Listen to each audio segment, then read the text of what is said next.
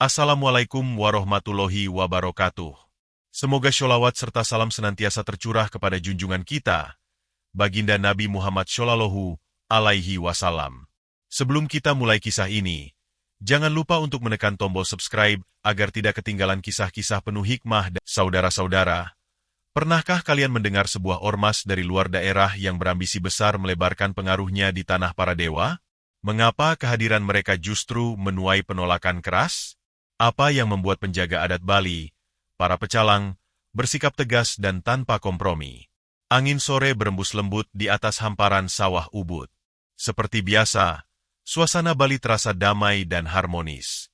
Namun, kedamaian itu tak bertahan lama. Sebuah spanduk raksasa membentang di pinggir jalan utama, menampilkan logo Ormas GRIP dengan tulisan mencolok, Deklarasi Kepengurusan GRIP Bali. Sontak, banyak warga menghentikan langkah. Ada yang bertanya-tanya, ada yang memasang wajah cemas. Beberapa hari kemudian, baliho-baliho itu makin banyak bermunculan. Di pasar, di simpang desa, bahkan di dekat pura, warga mulai resah, namun belum bersuara. Hingga akhirnya, video pendek tersebar di media sosial. Dalam video itu, beberapa anggota GRIP tampak menggelar deklarasi resmi, lengkap dengan seragam dan pidato. Sang ketua menyatakan bahwa GRIP kini hadir di Bali untuk, katanya, menjaga ketertiban. Namun bagi masyarakat Bali, kata ketertiban punya makna yang dalam. Ketertiban bukan sekadar soal barisan dan aturan, tapi keharmonisan antara manusia, alam, dan tradisi. Kehadiran ormas luar dianggap bukan membawa solusi, tapi potensi gesekan yang mengusik tatanan. Beberapa tokoh adat mulai menyuarakan penolakan. Tak lama kemudian, pecalang dari berbagai desa berkumpul di Denpasar. Dalam konferensi pers yang ramai diliput media, Ketua Pecalang Provinsi Bali berdiri tegak di depan mikrofon. Pulau ini sudah punya penjaga. Kami punya adat, kami punya aturan. Bali tidak butuh ormas dari luar untuk menjaga keamanan kami. Ucapnya tenang, namun tajam. Ucapannya menjadi bara. Klip videonya dibagikan ribuan kali. Di kolom komentar media sosial, warganet terbelah. Ada yang menyebut pecalang terlalu eksklusif. Tapi tak sedikit pula yang memuji ketegasan mereka. Bali, kata banyak orang, punya caranya sendiri menjaga kehormatan. Namun, di sisi lain, sang ketua GRIP menonton video itu dengan wajah menegang. Rahangnya mengeras. Matanya menyala marah. Ia tidak akan tinggal diam. Cerita ini belum berakhir. Langit Bali memerah. Senja perlahan menyelimuti desa-desa adat dengan cahaya jingga yang syahdu. Namun, di balik keindahan itu, suasana mulai memanas. Setelah pernyataan ketua pecalang yang viral di media sosial, gelombang penolakan terhadap GRIP terus menguat. Warga dari berbagai desa mulai menyuarakan keresahan. Mereka menggelar rapat adat, menyatukan suara, lalu mengirimkan surat resmi kepada pihak berwenang. Isi surat itu tegas, tolak keberadaan ormas GRIP di Bali. Tokoh-tokoh adat, para sulinggih, dan ketua Banjar bersatu. Bukan karena benci, tetapi karena takut akan lunturnya keseimbangan. Bali bukan sekadar tempat wisata. Ia tanah yang dijaga oleh nilai-nilai, oleh leluhur yang dimuliakan. Setiap jengkal tanah ini punya nyawanya sendiri. Bali ini bukan lahan kosong yang bisa ditempeli bendera sesuka hati, kata seorang tetua adat dalam sebuah rekaman video. Suaranya gemetar, tapi penuh semangat. Kita tidak menolak tamu, tapi menolak arogansi.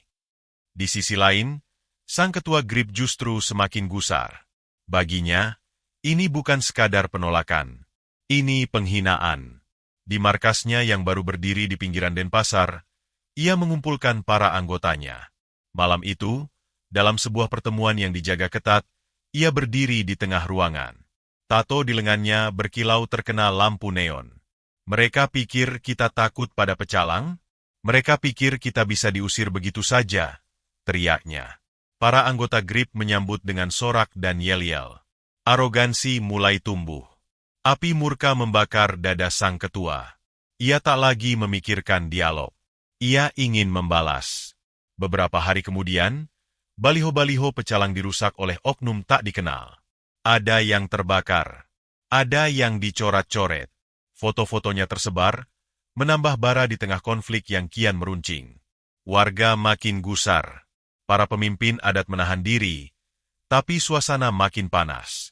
Para pecalang tetap diam. Namun diam mereka bukan berarti lemah. Mereka menunggu waktu. Menunggu langkah pertama yang keliru dari pihak yang mengusik. Dan waktu itu hampir tiba. Pagi itu, langit Bali tampak mendung. Di kejauhan, suara raungan motor besar menggema dari sebuah lapangan luas di pinggiran kota. Asap knalpot mengepul, membentuk awan tipis di udara. Puluhan pria berseragam hitam-hitam berdiri berjajar. Di tengah mereka, sang ketua GRIP berdiri tegak di atas mobil komando, wajahnya menegang. Ia menggenggam mikrofon. Suaranya membelah udara. Kita tidak datang untuk membuat kerusuhan. Tapi jangan coba-coba meremehkan GRIP. Hari ini, kita tunjukkan kekuatan kita. Sorak-sorai menggema. Suasana membara. Tak ada lagi isyarat untuk berdamai. Arogansi telah berubah menjadi aksi. Mereka tak lagi bicara dengan lisan. Kini, mereka ingin berbicara dengan barisan. Sosial media kembali riuh. Video orasi sang ketua menyebar cepat. Di Twitter, Instagram, hingga grup-grup pesan singkat, warganet memperbincangkan. Ada yang mendukung, banyak pula yang mengutuk. Sebagian menyebut GRIP terlalu membesarkan ego di tanah orang. Tapi sang ketua tak peduli. Baginya, ini saatnya memberi pelajaran. Konfu pun dirancang. Barisan motor besar, mobil berlogo ormas, serta spanduk bertuliskan GRIP hadir untuk Bali, mulai bergerak dari markas. Deru mesin memenuhi jalanan. Mereka membelah jalan raya, menyusuri kota kecil, lalu mengarah ke pusat Denpasar. Di tengah konvoi, sang ketua duduk di atas kap mobil. Di tangannya, bendera GRIP berkibar. Ia tersenyum penuh percaya diri, menantang siapa saja yang berani menghadang. Sementara itu, di sudut lain kota, para pecalang berkumpul. Tidak ada keributan, tidak ada yel-yel. Hanya suara gamelan kecil yang mengiringi doa-doa adat. Mereka mengenakan pakaian khas, udeng di kepala, dan keris terselip di pinggang. Sorot mata mereka tajam, tapi tenang. Ketua pecalang hanya berkata pelan, "Hari ini, kita tidak melawan dengan tangan. Kita hanya berdiri. Tapi ingat, kita berdiri untuk menjaga kehormatan Bali." Tak lama kemudian, laporan datang. Konvo GRIP sedang melaju ke arah pusat kota. Warga mulai gelisah. Sebagian memilih tinggal di rumah. Sebagian lagi menyiapkan kamera mereka. Mereka tahu akan terjadi sesuatu yang tak biasa hari ini. Namun yang tidak mereka tahu, akan ada pemandangan yang jauh lebih mengejutkan dari sekadar iring-iringan motor dan bendera. Dan semuanya baru saja dimulai. Siang itu, langit Bali menggantungkan awan gelap. Udara terasa berat. Di sepanjang jalan utama Denpasar, suara knalpot meraung-raung membelah udara. Konvu ormas GRIP akhirnya meluncur. Puluhan motor besar melaju dalam formasi, membawa bendera hitam dan sorak-sorai penuh arogansi. Mobil komando berada di depan. Di atasnya, sang ketua berdiri sambil mengangkat megafon, meneriakkan kalimat-kalimat bernada tantangan. "Kami hadir. Kami kuat. Siapa yang menolak, akan melihat sendiri akibatnya." Jalan-jalan yang dilalui konvu itu berubah mencekam. Warga yang tadinya beraktivitas, mulai menyisih. Pintu-pintu toko ditutup. Para pedagang menarik barang dagangannya. Di sepanjang jalan, kamera ponsel merekam diam-diam dari balik tirai dan kaca mobil. Media sosial kembali memanas. Video konvo viral. Tagar GRIP di Bali dan pecalang jaga adat bersaing trending. Netizen memantau, bertanya-tanya, apakah hari ini akan menjadi awal dari konflik besar?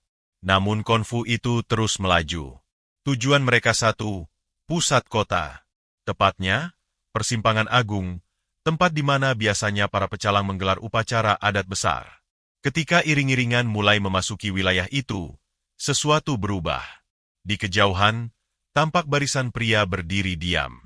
Tidak bergerak, tidak bersuara. Mereka mengenakan pakaian adat lengkap. Kain poleng hitam putih di pinggang. udeng hitam di kepala. Keris bersarung ukiran tua terselip di pinggang. Itu adalah pecalang. Mereka berdiri tidak banyak, tapi posisi mereka strategis. Mengunci seluruh sisi simpang. Konvo grip mulai melambat. Beberapa motor berhenti. Yang lain masih mencoba maju. Tapi tatapan para pecalang membuat mereka ragu. Tak ada satupun yang bersuara dari barisan pecalang. Hanya diam. Sang ketua grip turun dari mobil. Ia melangkah maju. Langkahnya keras. Pandangannya menantang. Namun, saat mata bertemu mata, ada sesuatu yang terjadi. Pandangan sang ketua bertemu dengan sorot tajam seorang pecalang tua.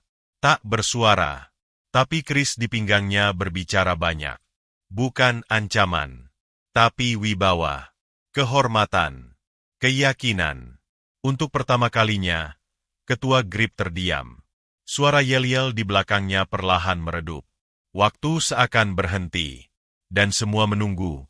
Siapa yang akan bergerak duluan? Di tengah persimpangan besar itu, dua barisan berdiri saling berhadapan.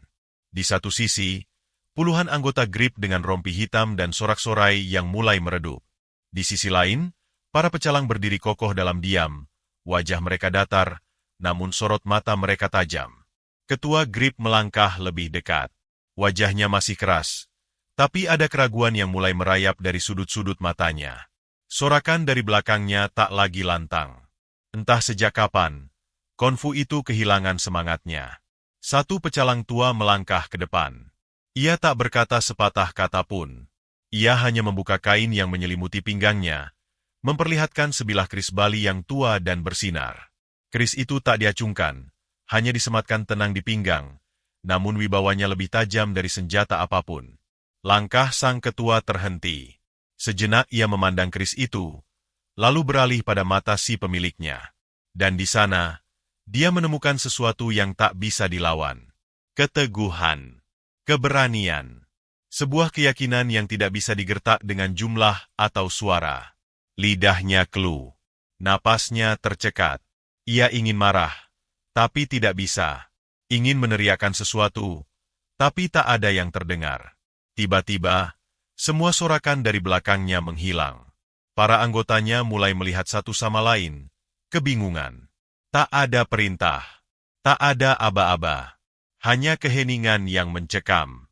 Kemudian, suara langkah sepatu terdengar dari arah belakang. Sekelompok aparat datang. Mereka tak langsung bertindak, tapi begitu melihat situasi dan mendengar laporan dari warga serta pecalang, mereka bergerak dengan sigap. Dua polisi mendekati sang ketua.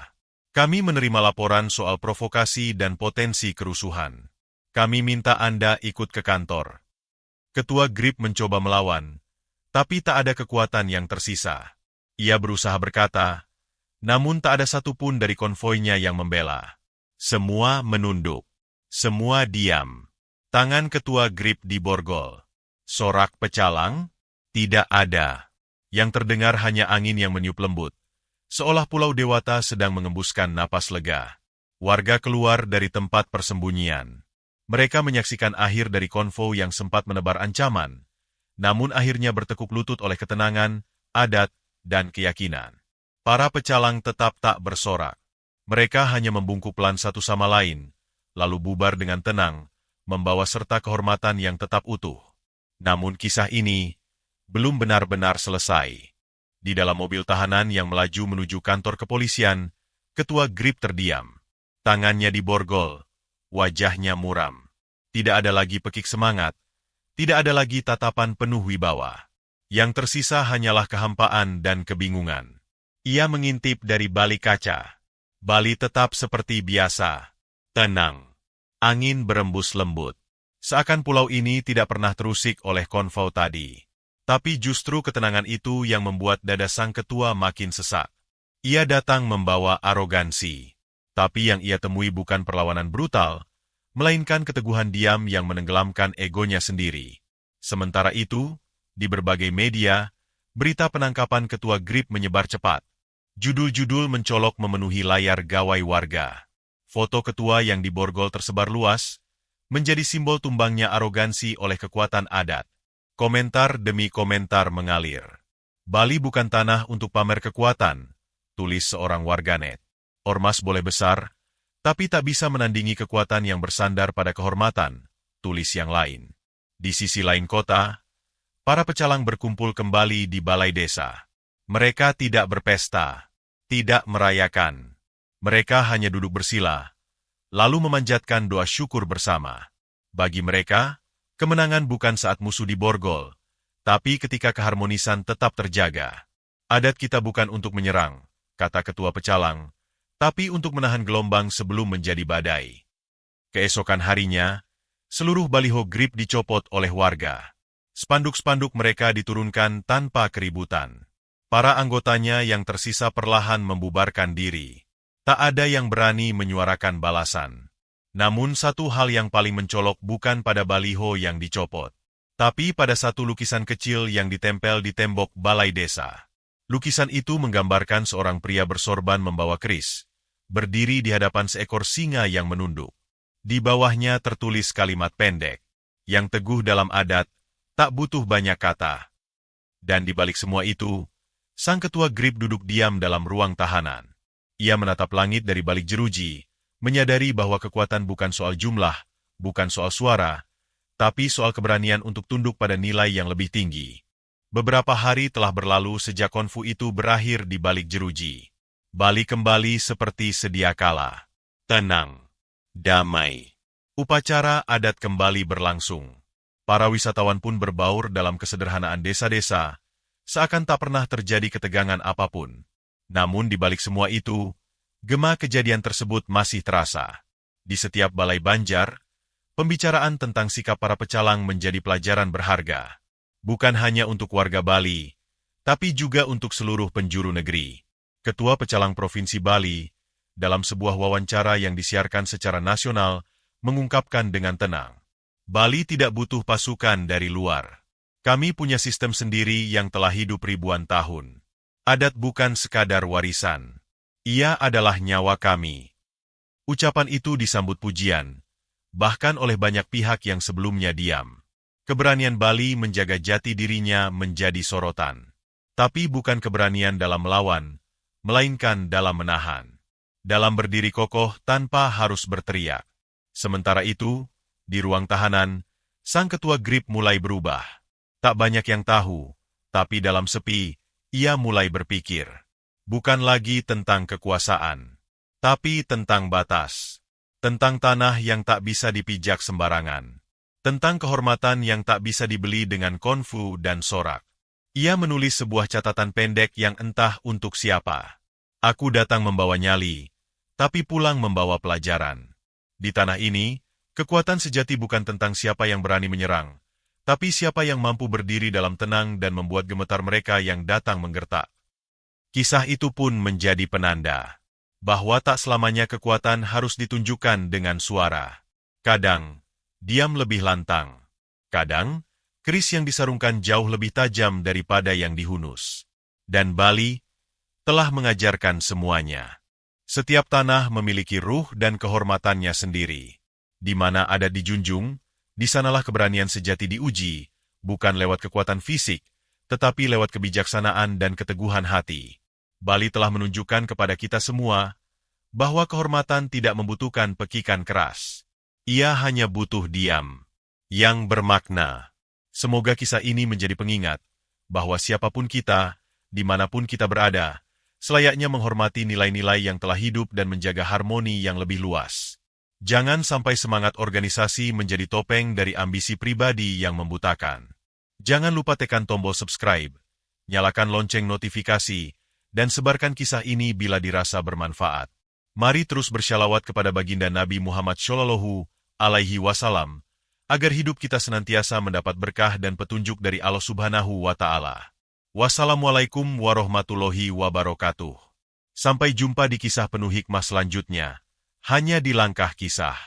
Jangan lupa tekan tombol subscribe, nyalakan lonceng notifikasi, dan sebarkan kisah ini bila dirasa bermanfaat. Mari terus bersyalawat kepada baginda Nabi Muhammad Shallallahu Alaihi Wasallam, agar hidup kita senantiasa mendapat berkah dan petunjuk dari Allah Subhanahu wa Ta'ala. Wassalamualaikum warahmatullahi wabarakatuh. Sampai jumpa di kisah penuh hikmah selanjutnya, hanya di Langkah Kisah.